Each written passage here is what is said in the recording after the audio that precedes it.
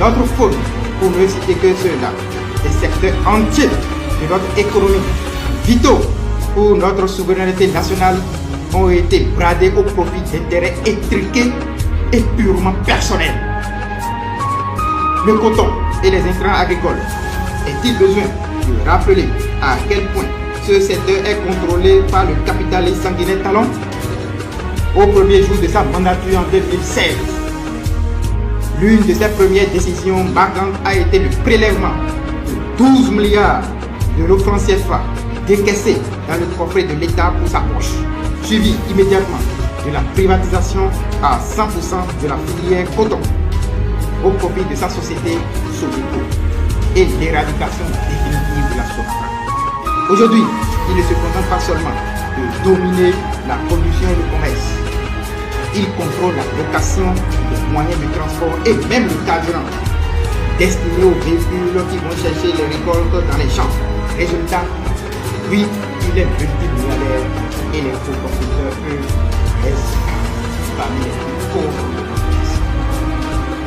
Le cajou et le soja, il a lui-même envahi ces secteurs ces dernières années et chassé tous les hommes d'affaires qui s'y trouvent. Les routes ont été barricadées pour cette cause avec de grosses pierres. Les collecteurs empêchés de travailler. Tout cela pour servir des intérêts privés liés directement à lui. Il ne se contente pas de contrôler la vente et la production. Il impose aux paysans d'acheter leurs intrants à travers des canaux qu'il contrôle. Et c'est une fois l'intrant acheté et utilisé qu'on leur fixe le prix de vente. Le plus révoltant, c'est qu'il oblige les cultivateurs à obtenir une autorisation pour récolter le fruit de leur propre travail. Dans le Nord par exemple, où il n'y a qu'une seule saison agricole, ces paysans attendent des mois la pluie, travaillent dur avec des moyens rudimentaires, puis doivent encore demander la permission de récolter et vendre à une seule entité, à un prix imposé. Une situation incompréhensible et profondément injuste, où le pouvoir étouffe son propre peuple. Pour de l'argent, Patrice Talon ne recule devant rien.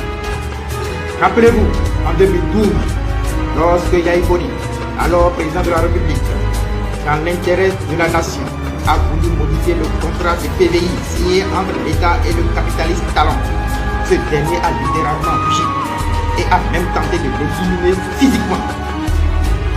Cette tentative d'empoisonnement heureusement avortée est restée gravée dans les mémoires. Malgré cela, Yahya Boni, surnommé par l'enfant des Béninois, Papa Bonheur, dans un geste de clémence, timbré par son essai de bonté, après plusieurs médiations, a non seulement pardonné, mais aussi permis à Talon de participer aux élections. Une erreur de jugement, car pour Talon, le pardon est et il ne manque aucune occasion pour le répéter.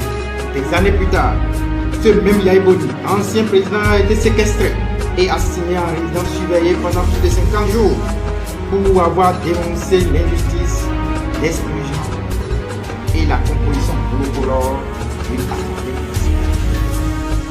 Lors des manifestations de mai 2019, ce ne sont pas de simples matraques ou gaz lacrymogènes qui ont été utilisés contre le peuple, mais des balles réelles.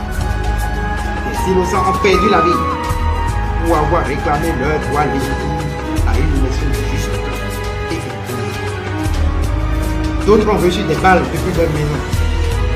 L'image des faits sont individuelles et Patrice Talon, ainsi que ceux qui ont osé tirer à balles réelles sur les populations, devront tôt ou tard répondre de ces atrocités devant la justice. Chers compatriotes, lors de vos prochaines manifestations, brandissez vos pancartes, des drapeaux et des banderoles. Mais surtout, veillez à utiliser vos téléphones portables avec la caméra vidéo activée. Filmez tout en direct. Matérialisez chaque abus. L'histoire se souvient.